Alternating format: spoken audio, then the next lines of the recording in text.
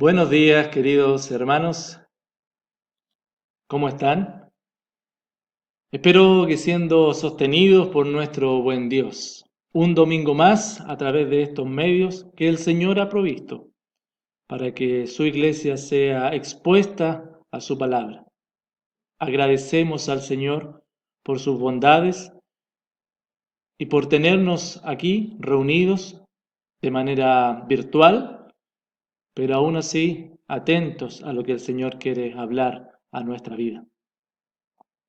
El día de hoy, y como allí en la pantalla aparece, vamos a estar hablando acerca de este tema basado en el Evangelio de Marcos, capítulo 13, entre los versículos 1 al 13, y el título es Con la guardia alta.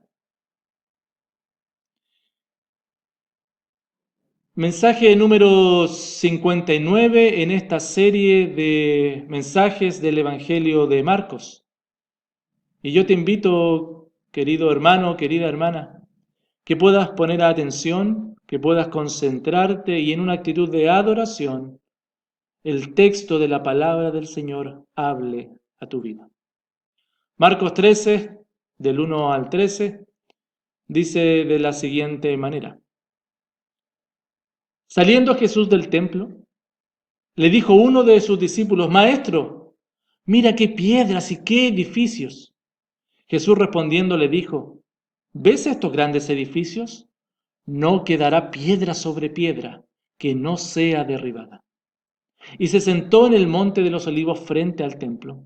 Y Pedro, Jacobo, Juan y Andrés le preguntaron aparte, dinos, ¿cuándo serán estas cosas? ¿Y qué señal habrá cuando todas estas cosas hayan de cumplirse? Jesús respondiéndoles, comenzó a decir, mirad que nadie os engañe. Porque vendrán muchos en mi nombre, diciendo, yo soy el Cristo, y engañarán a muchos. Mas cuando oigáis de guerras y de rumores de guerras, no os turbéis, porque es necesario que suceda así, pero aún no es el fin. Porque se levantará nación contra nación y reino contra reino, y habrá terremotos en muchos lugares, y habrá hambres y alborotos. Principio de dolores son estos. Pero mirad por vosotros mismos, porque os entregarán a los concilios, y en las sinagogas os azotarán, y delante de gobernadores y de reyes os llevarán por causa de mí, para testimonio de ellos. Y es necesario que el Evangelio sea predicado antes a todas las naciones. Pero cuando os trajeren para entregaros, no os preocupéis por lo que habéis de decir, ni lo penséis, sino lo que os fuere dado en aquella hora, eso hablad, porque no sois vosotros los que habláis, sino el Espíritu Santo. Y el hermano entregará a la muerte al hermano, y el padre al hijo, y se levantarán los hijos contra los padres, y los matarán. Y seréis aborrecidos de todos por causa de mi nombre, mas el que persevere hasta el fin, éste será salvo. Oramos al Señor. Padre, en el nombre poderoso del Señor Jesucristo. Padre amado, Padre bondadoso, Padre santo y justo. Henos aquí delante de tu presencia, orando en una actitud de gratitud primeramente, reconociéndote quién eres y reconociendo tus favores hacia nosotros. Entre esos favores está, Señor, el poder ser expuestos a tu palabra. Gracias, Señor, por esta bendición.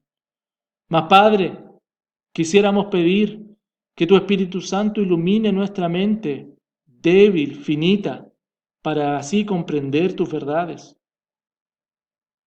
Padre, que tus verdades no solo entren en nuestra mente como un concepto teórico, sino que realmente fortalezcan nuestra débil fe y santifiquen nuestra vida. Y Padre, que con nuestra vida finalmente podamos proyectar tu imagen y darte la gloria. Lo pedimos en el nombre poderoso de Jesús. Amén. Con la guardia alta estamos acá el día de hoy, queridos hermanos, y yo quiero comenzar el día de hoy hablando de enfoques. Porque, hermanos queridos, cuando hablamos del concepto de enfoque, tenemos que decir varias cosas. Primero, que obviamente proviene del verbo enfocar y significa la acción y el efecto de lograr que la imagen de una cosa, de cualquier cosa que se esté enfocando, que se produce en el foco de un lente, bueno, finalmente sea tomada de forma clara, nítida, bueno, y tengamos el resultado que nosotros queremos, como la foto que está allí, que no tomé yo. Pero, hermano, además el concepto de enfoque también se utiliza en la solución de problemas cotidianos. Podemos poner el enfoque, por ejemplo, y concentrar nuestra atención en la génesis de una problemática, cómo nació esta, o quizás también enfocarnos en las consecuencias que esta problemática acarrea, o quizás en las soluciones. Cuestión de enfoque. Cuando decimos, por ejemplo, que que algo es cuestión de enfoques, nos referimos finalmente en dónde estamos poniendo la mirada. Y es precisamente una cuestión de enfoques lo que hoy día, y donde los discípulos habían puesto la mirada, es que el Señor Jesucristo va a tener una conversación con ellos. Porque los discípulos, y luego de haber pasado mucho tiempo con el Maestro, aún necesitaban enfocar su mirada en aquello que era realmente importante. Hermanos, el día de hoy veremos esta cautivante conversación entre Jesús y sus discípulos. Y de paso, esto nos va a ayudar a considerar cómo estamos enfocando algunos aspectos de nuestra vida en el Señor. Enfoques, hermanos. Y yo quiero el día de hoy dejarte con esta proposición. Aquel que está en Cristo enfoca correctamente su vida hacia Dios. Aquel que está en Cristo enfoca correctamente su vida hacia Dios. Y vamos a ver tres formas o un proceso, más bien dicho, cómo aquel que está en Cristo, un creyente, enfoca correctamente su vida hacia Dios. Lo primero que debe hacer es evaluar aquello que llama su atención. Evaluar aquello que llama su atención. Entre los versículos 1 al 5, vamos a estar estacionándonos. Y dice, saliendo Jesús del templo, le dijo uno de sus discípulos, Maestro, mira qué piedras y qué edificios. Hermanos, no nos olvidemos, ya estamos y posiblemente en el atardecer de este martes eterno, este día en donde el Señor Jesucristo ha estado respondiendo preguntas y conversando con los religiosos. Luego se dirigió allá al salón, ¿cierto?, de las mujeres en el templo para observar, y luego de haber observado a la viuda dar su ofrenda, Jesús salió del templo y posiblemente, como lo vamos a ver a continuación, para ir en dirección a su centro de operaciones, el lugar donde estaban pernoctando, ¿verdad? Allá fuera de Jerusalén, en Betania. Jesús salía del templo para nunca volver. Bueno, y cuando iban saliendo y al observar la magnitud, la majestad del templo fue irresistible para sus discípulos no comentar entre ellos lo que ante sus ojos estaba. Hermanos, el templo de Herodes. Y que, aunque si bien es cierto, estaba en pleno periodo de construcción el templo de Herodes, y tenía un tamaño de 12 canchas de fútbol, el templo de Herodes, que había sido ampliado respecto al antiguo templo de Salomón, aún no estaba finalizado, pero ya era conocido por sus lujos y adornos maravillosos. Hermanos, los muros y pórticos, como dice Flavio Josefo, eran un llamativo espectáculo. El mismo historiador dice que se necesitaban 3 hombres para abrazar las columnas del templo, para abrazarlas completamente. 3 hombres. Él mismo dice, Flavio Josefo, historiador, que era un collage de oro y plata, carmesí y púrpura en su interior, radiante como un rayo de sol, como blanca nieve en las montañas. Por esta razón, hermanos, los discípulos que venían de Galilea quedaron asombrados. Jesús le respondió a este discípulo: ¿ves estos grandes edificios? No quedará piedra sobre piedra que no sea derribada. Hermano, tan grande como el templo era la actitud que Jesús tenía hacia él. Ya había predicho anteriormente que la higuera se iba a secar, prefigurando todo el sistema religioso de Israel que iba a acabar, y esto incluía, por supuesto, el templo que sería destruido. Piedra sobre piedra no iba a quedar. Yo creo que los discípulos lo escucharon y bueno, y reaccionaron, como vamos a ver más tarde. Sin embargo, para nosotros, que estamos desde este otro lado, 2000 años después, y que tenemos toda la evidencia, podemos ver que esto se cumplió exactamente años más tarde, cuando los judíos se rebelaron contra el Imperio Romano y Tito, el emperador romano, o el hijo del emperador romano Vespasiano, se tomó Jerusalén, por ahí por el año 69-70 después de Cristo, y el templo fue destruido. Se cree que más de 1 millón de judíos, una cifra enorme para ese entonces, murieron en esa guerra. El historiador Flavio Josefo, que venimos citando, que era un historiador secular, no era cristiano, de hecho era pro-romano, escribió en su libro Guerra a los Judíos, en el tomo 7, escribe lo siguiente: mira, el emperador ordenó que toda la ciudad y el santuario fuesen arrasados hasta el suelo. Todo el resto del muro fue tan completamente arrasado que no quedó razón alguna para que los futuros visitantes del lugar pensaran que jamás había sido habitada. Sí fue destruido, exactamente lo que el Señor Jesucristo había predicho. En el versículo 3 nos dice que el Señor Jesús se sentó en el monte de los olivos frente al templo. Y hermano, en los detalles que Marcos nos va dando para que nos ayudan mucho a imaginarnos lo que sigue. Porque ya estaba apartado de Jerusalén, el monte de los olivos estaba aparte de Jerusalén, y sube al monte de los olivos y se pone frente al templo. Desde lejos ya no iba a entrar más, no iba a volver a ese lugar, y prosigue esta conversación. Y ante los dichos anteriores del Señor Jesús, por supuesto que los discípulos reaccionaron, y vino Pedro, Jacobo, Juan y Andrés, los 4 primeros discípulos, y le preguntaron por el cuándo y por las señales para saber cuándo sucederían todas estas cosas. Ellos querían saber esto. Me gusta mucho cuando complementamos y armonizamos a lo que escribió Marcos con lo que escribió Mateo respecto a este mismo pasaje. Mira lo que escribió Mateo. Y estando él sentado en el monte de los olivos, los discípulos se le acercaron aparte diciendo: dinos, ¿cuándo serán estas cosas?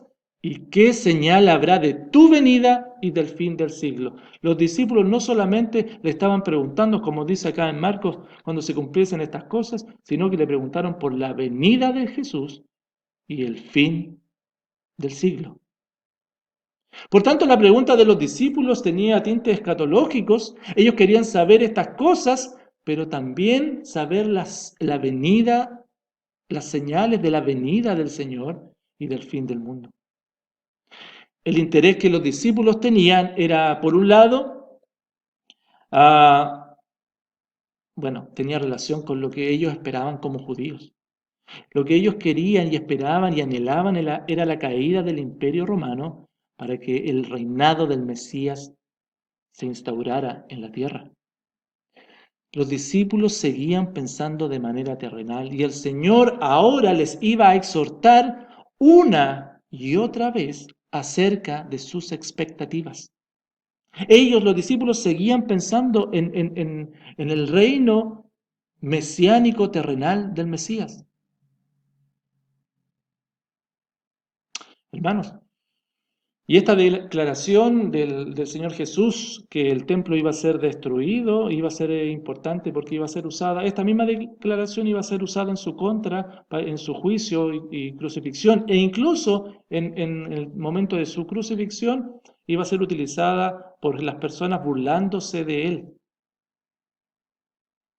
Es más, esta misma declaración llevó a cristianos a ser inculpados, culpados. Luego en la iglesia primitiva vemos, por ejemplo, a Esteban, que se utilizó esto del argumento de haber derribado el templo para apresarlo allá en Hechos 6:13. Pero los discípulos querían tener señal. ¿Sí? Si era típico de la cultura judía y en la religión judía.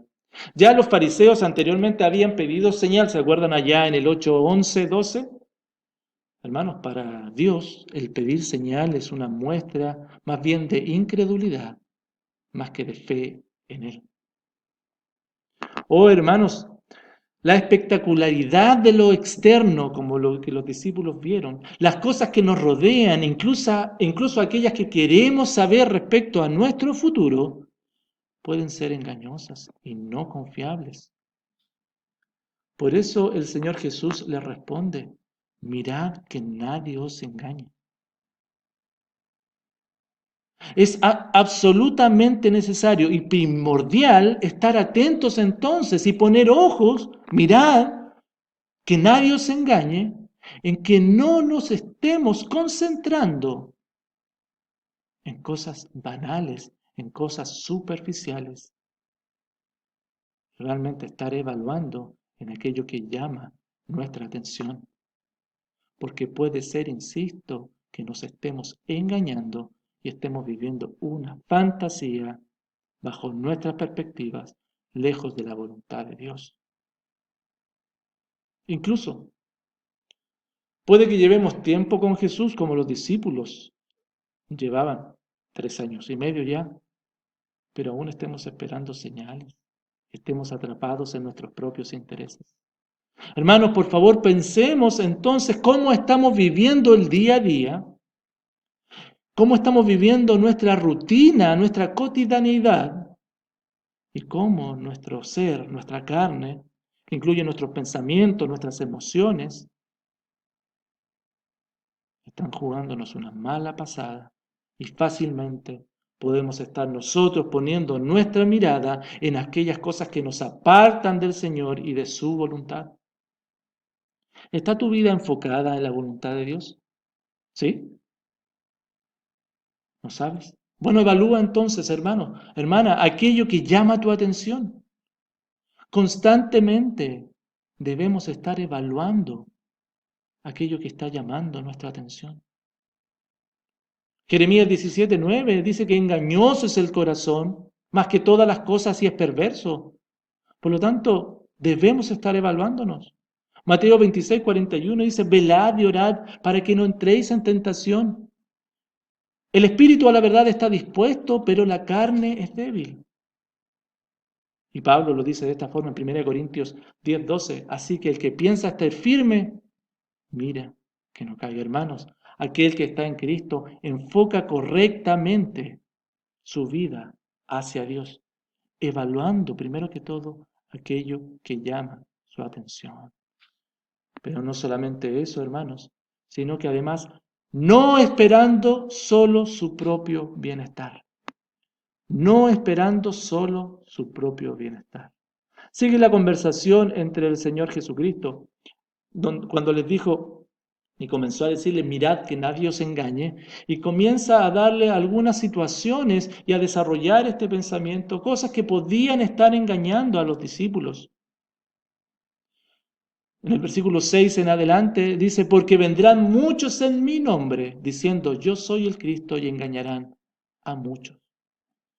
Pongan ojo, eso le estaba diciendo. Porque las señales son las que podían llevarles a ellos al engaño. Las cosas que ellos estaban esperando, las situaciones que podían venir, podían ser engañosas. Y es esto lo que el Señor comienza a advertirle. Y los grandes engaños generalmente son internos, nacen desde un corazón dispuesto a ser engañado, porque no reconoce la palabra de Dios, no reconoce la palabra de su buen pastor y corre tras otras palabras. Vendrán muchos en mi nombre, diciendo, yo soy el Cristo, y engañarán a muchos.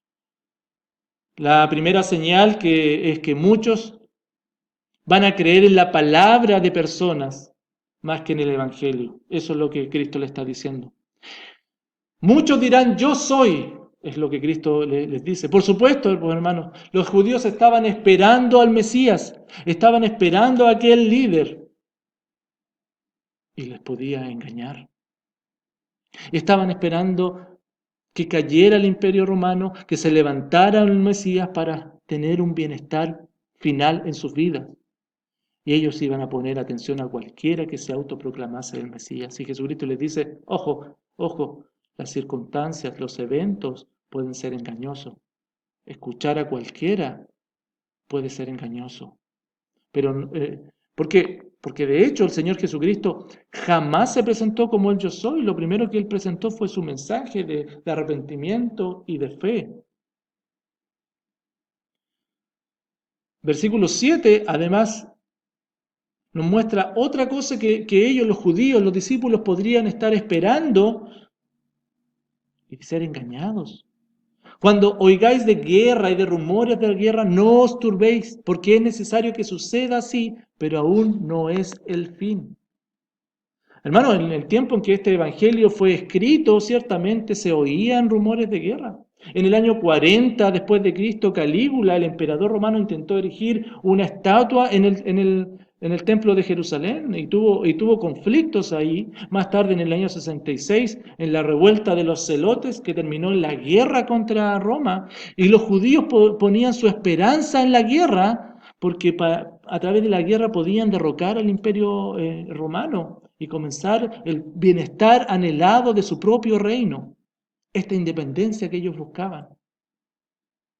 Incluso ponían atención, como dice acá en el versículo 8, porque se levantará nación contra nación y reino contra reino. Habrá terremotos en muchos lugares y habrá hambres y alborotos. Principio de dolores esto. Su atención incluso estaba en los fenómenos naturales, en los desastres, en las catástrofes, porque a través de ellas quizás el imperio romano podía caer y terminar. Señales erróneas.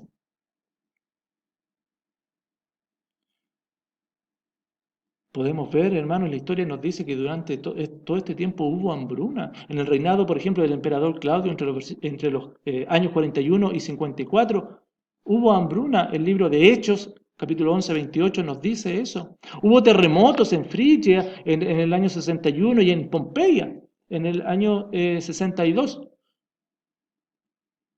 Hubo guerras civiles en los últimos días de la locura de Nerón.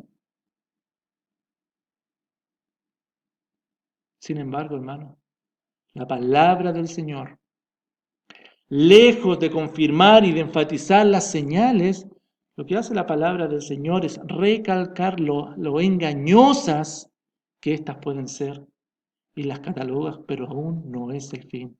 Principios de dolores son estos. Hermanos, esperar el porvenir. Tratar de distinguir las señales de los tiempos para ver si podemos de alguna forma discernir si aquel bienestar añorado viene.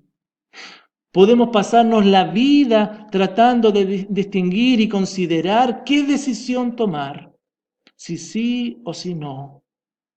Hermano, ese no es el camino apropiado, porque cada evento, cada circunstancia en los que nos podamos apoyar son engañosos.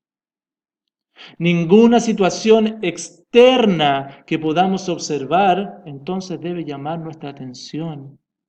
No debe llamar tu atención, ni menos vivir en función de ella. Ellas son solo situaciones permitidas por el Señor, vienen, suceden y tienen un fin, que es Él y no nuestro bienestar. Nos confundimos, hermanos. Nos engañamos al mirar el futuro, olvidando el presente.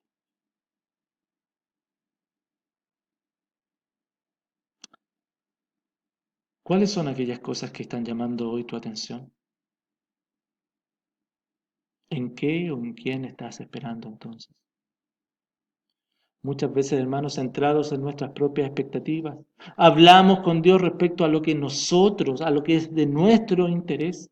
Y vivimos en función de ello, en lo que nos rodea, las cosas que nos pasan. Le ponemos tanta atención y nos esforzamos por lograr solo nuestro bienestar. Estas situaciones muchas veces son tan importantes para nosotros que pasan a copar nuestra apretada agenda. Nos levantamos y nos acostamos pensando en aquello que nosotros pensamos y evaluamos que es lo mejor para nosotros. Y buscamos en ellas salidas, esperanzas, ponemos nuestra tranquilidad y nuestra alegría. Hermanos, hay veces que conflictos, que eventos, que procesos pueden consumirnos y hacemos de ellos toda nuestra vida. Hermanos, los discípulos estaban deseosos de que los eventos les indicaran cuándo Jesús volvería y cuándo comenzaría esta nueva etapa de sus vidas, del reinado del Mesías, colmado de un bienestar para ellos.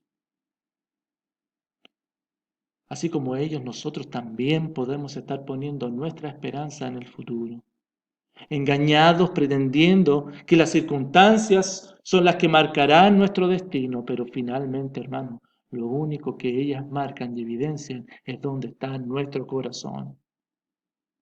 Como decía el Señor, donde está vuestro tesoro, allí estará también vuestro corazón.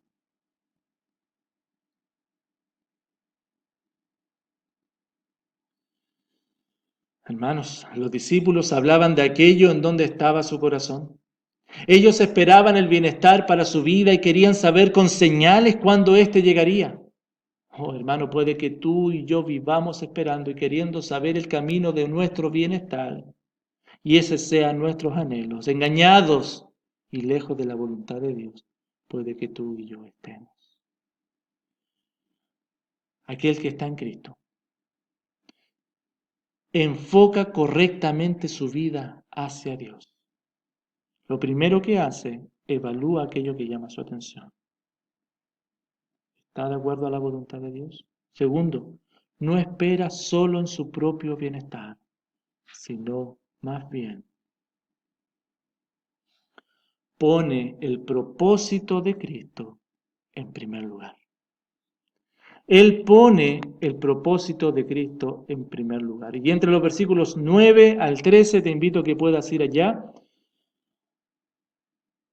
Jesús le dice, pero mirad por vosotros mismos.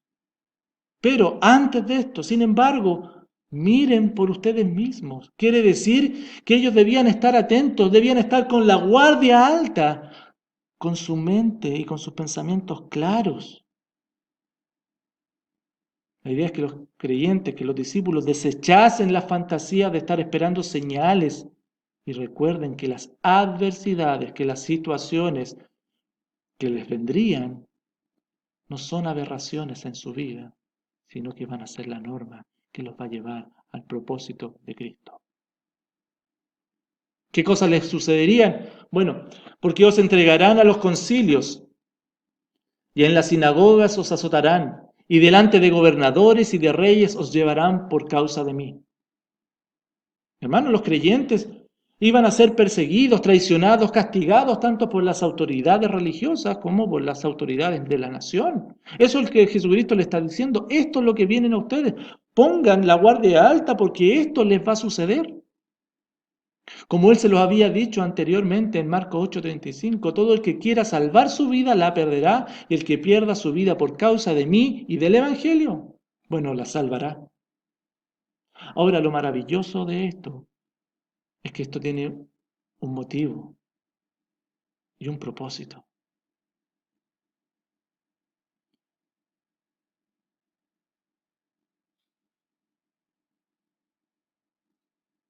El versículo 9 dice, Pero mirad por vosotros mismos, porque os entregarán a concilios, y en sinagogas os azotarán, y delante de gobernadores y de reyes os llevarán por causa de mí para testimonio a ellos. Y el versículo 10 sigue diciendo, y es necesario que el Evangelio sea predicado antes a todas las naciones. Sí, hermano, porque esta persecución, esta aflicción, esta adversidad que los creyentes van a vivir no será sin motivo, sino que será una grandiosa oportunidad para ser testigo de Cristo, para hablar en nombre de Él y reconocerle en todo momento, ante toda persona, en cualquier situación. Oh, hermano, y podemos ver que estas palabras de Jesucristo que le está diciendo a los discípulos, el libro de los Hechos los narra como un comentario maravilloso y ratifica cómo los creyentes vez tras vez se presentaron ante autoridades y dieron testimonio de Cristo anunciando el Evangelio. Hermano, porque las persecuciones, las adversidades trajeron como resultado predicar el Evangelio. El libro de Hechos es evidente en esto. Pero hay otro ejemplo que a mí me gusta mucho. Recuerdo el capítulo 1 del Evangelio de Marcos, cuando Juan el Bautista fue encarcelado, dio paso a que el Evangelio comenzara a ser predicado por Jesucristo mismo. Estas señales entonces, hermanos, no iban a ser evidencia del fin, sino que iban a ser un recordatorio de que el Evangelio debe ser anunciado, el Evangelio debe ser predicado. Versículo 11 dice, pero cuando os trajeren para entregaros, no os preocupéis por lo que habéis de decir, ni lo penséis, sino lo que os fuere dado en aquella hora, eso hablad, porque no sois vosotros los que habláis, sino el Espíritu Santo. El propósito de Cristo, como lo dice este punto, el primero es predicar el Evangelio, pero el segundo, hermano, tiene relación con depender y confiar que Dios sigue sosteniendo nuestra vida. A pesar de la persecución, la aflicción de aquellos días, Dios no los dejaría. Lejos de que la aflicción y la persecución, hermanos, produjera en ellos ansiedades o temores, debe producir confianza. La persecución y la aflicción y la adversidad debe producir seguridad que Dios no los dejaría bajo ninguna circunstancia. Hermanos, estos discípulos ahora por Jesucristo son exhortados una vez más a que su fidelidad no se base en comprender el futuro ni las señales, sino en confiar en la gracia poderosa del Señor, gracia con la cual podrían servirle al Rey del universo, incluso en aquellos malos días. Hermanos, los discípulos son recordados que no son ellos los que hablarán o tendrán que estar solos, paraditos ahí frente a estas personas o solo enfrentando situaciones, sino que el Señor les recuerda que confíen en Dios, quien hablará por ellos y que no tenían nada que temer entonces. Oh, hermanos queridos, otra vez nosotros tenemos el privilegio de ver que estas palabras de Jesucristo se cumplieron fielmente. Me gusta mucho cuando Saulo de Tarso perseguía a la iglesia, la asolaba por todas partes y le aparece el Señor Jesucristo y le dice allá en el camino a Damasco, Saulo, es a mí a quien persigues. ¿Saulo estaba persiguiendo a la iglesia?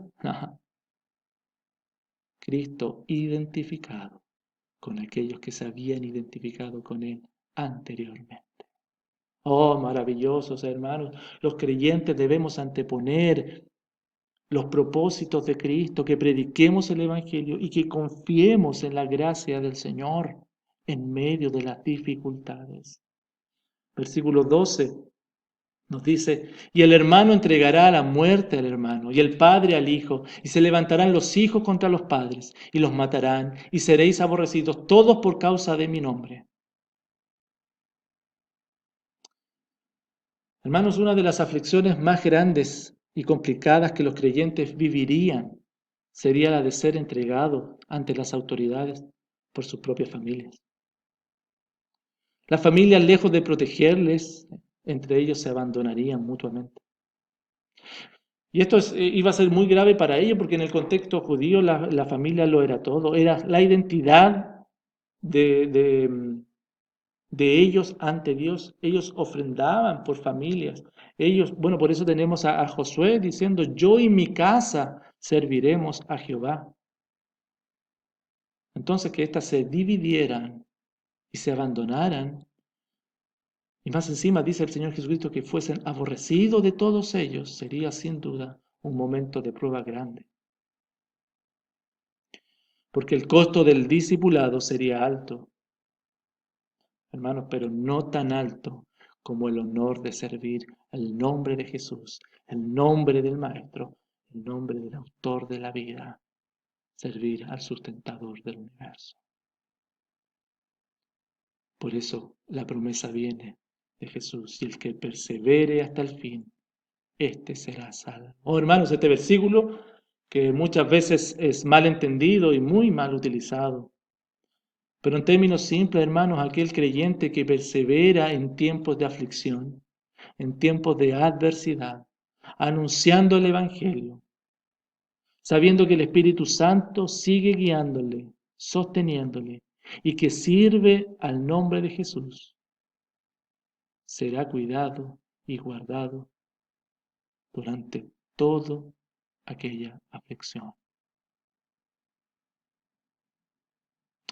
Como he mencionado anteriormente, nosotros desde este lado y luego de 2000 años hemos podido ser testigos a través de los escritos, de la historia, de algunas de las cosas que ellos, los que leían este Evangelio por primera vez, no pudieron ser testigos. Ellos no vieron, por ejemplo, que estas cosas se cumpliesen tal cual lo que estaba diciendo Jesucristo en el contexto de la iglesia primitiva. Como dije delante, el libro de los Hechos de los Apóstoles abarca con precisión cada una de estas cosas que el Señor está diciendo.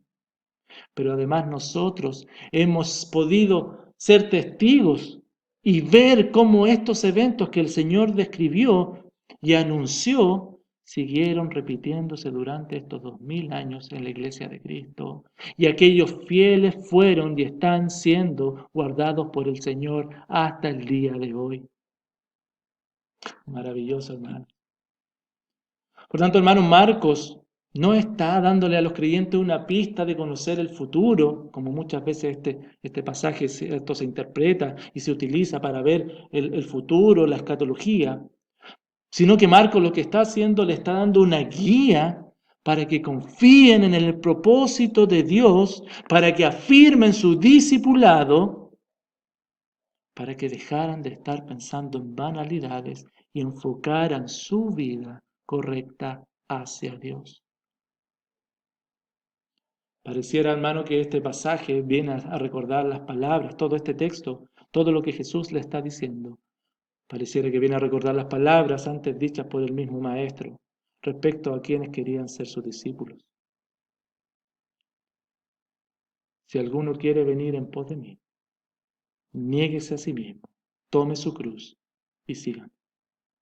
Ahí en el 8:34. Hermanos, la hora de tomar aquella cruz había llegado para aquellos que habían estado el último tiempo con el Señor Jesucristo.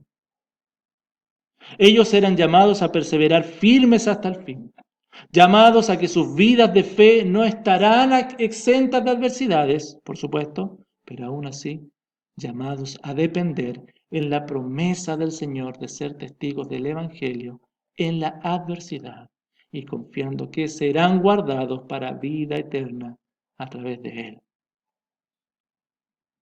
Queridos hermanos, quiero comentarte algunas cositas. Porque los creyentes, lejos de buscar nuestro propio bienestar, debemos considerar el fin último de nuestra vida en todo momento, y este fin último no es otro que adorar a nuestro buen Dios. Es en esto en que debemos concentrarnos, poner la guardia alta y aprovechar cada oportunidad de rendirnos ante el Creador.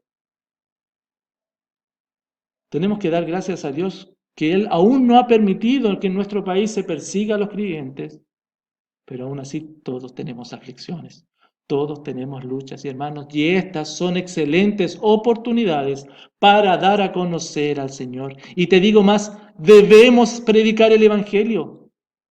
En estos momentos de aflicción que estamos viviendo, debemos predicar el Evangelio. Lejos de pedir señales y esperar el bienestar de cada uno de nosotros, arropaditos en nuestro hogar, lejos de estar queriendo que esto pase pronto, Jesús nos centra en el costo y en el valor de ser su discípulo y responder a sus demandas. Hermanos, estamos en medio de una pandemia mundial. No en medio de una guerra, como Jesús lo narra, o de hambruna o de persecución, pero en medio de aflicción tremenda que es una pandemia. Es increíble, no sé si te pasa, pero estar en Cristo, los beneficios de estar en Cristo, porque el Señor nos da paz, nos da gozo, nos da paciencia, nos da bondad, fe, amor, para enfrentar este tiempo con tranquilidad, sin mayores preocupaciones, porque sabemos que nada nos faltará. Él es nuestro pastor, que estamos completos en Él y porque nunca decayeron sus misericordias. Ahora bien, ¿cuánto de ese carácter que estamos disfrutando de Dios en nosotros hemos podido dar a conocer en este tiempo? Hermanos, hoy tenemos medios más que nunca en donde ni siquiera necesitamos movernos de un lugar, trasladarnos para compartir y ver a nuestros familiares, ver a nuestros amigos, ver a nuestros conocidos. Fíjate que ellos, y míralos, no tienen la paz de Dios porque no conocen al Dios de paz, ni su misericordia porque no conocen al Dios misericordioso, ni al Dios justo, ni al Dios santo. Ellos viven solos con incertidumbres y no unidos a la vid verdadera, como tú y yo. Y en este tiempo, ¿qué has hecho? Mira lo que Jesús te demanda, porque las aflicciones son para testimonio de ellos y es necesario que el Evangelio sea predicado antes a todas las naciones.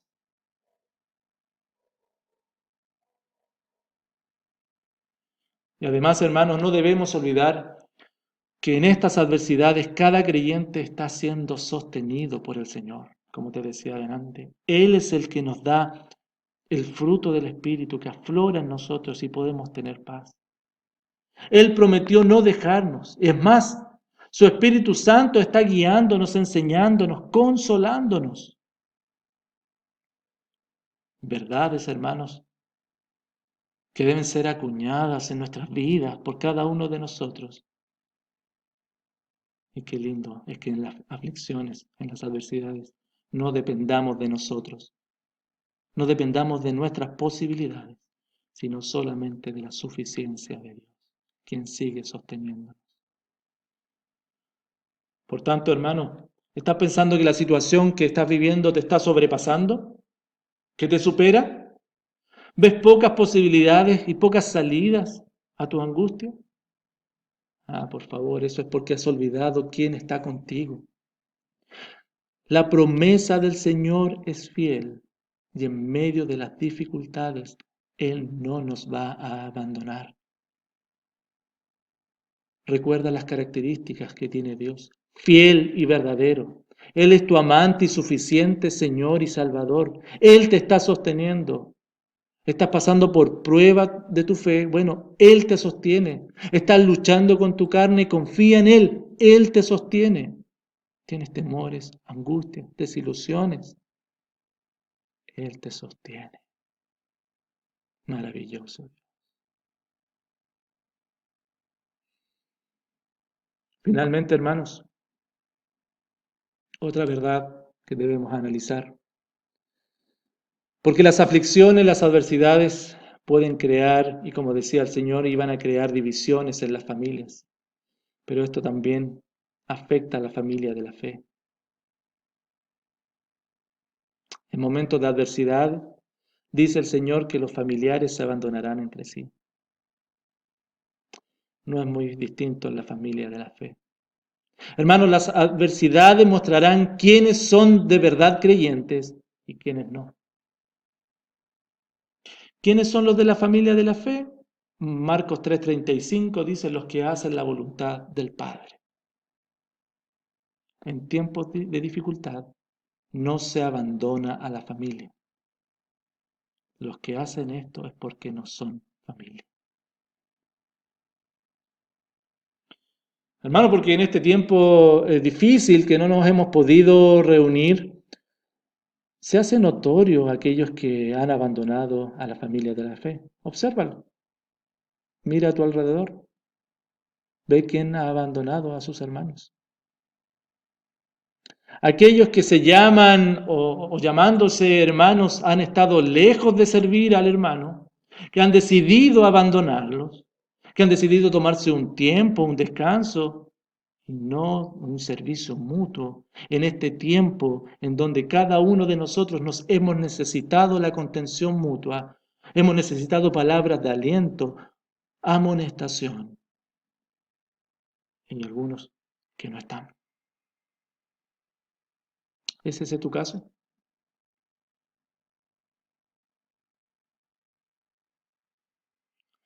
¿Te has esforzado en animar, en amonestar, en edificar, en dar de tus recursos para los hermanos?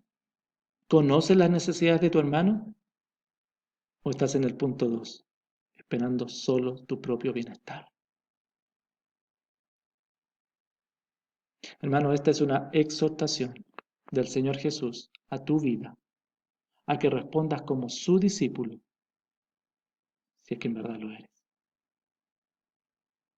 Entonces, hermanos, en este propósito, cuando el creyente debe enfocar correctamente su vida hacia Dios, y en este propósito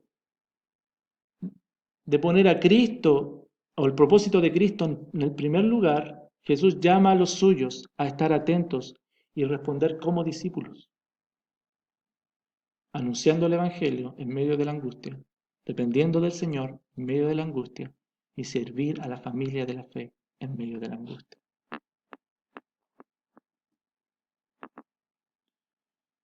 Hermanos, y el que persevera hasta el fin haciendo esto es porque es salvo. Los hijos de Dios confiamos que seremos rescatados de esta angustia en algún momento. ¿Sí? Porque sin duda, los que son hijos de Dios, los realmente salvos, perseveran en esto, porque son de Él, y Él no los suelta jamás. Y de Él es la victoria.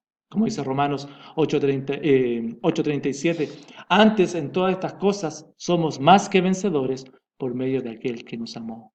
Él no nos suelta. Y el verso 39 dice que nada nos podrá separar del amor de Dios, que es en Cristo Jesús, Señor nuestro. Por eso, hermanos, Tertuliano tenía toda la razón, pues, toda la razón. Él decía, seguid adelante, despedazadnos, torturadnos, haced polvo de nosotros.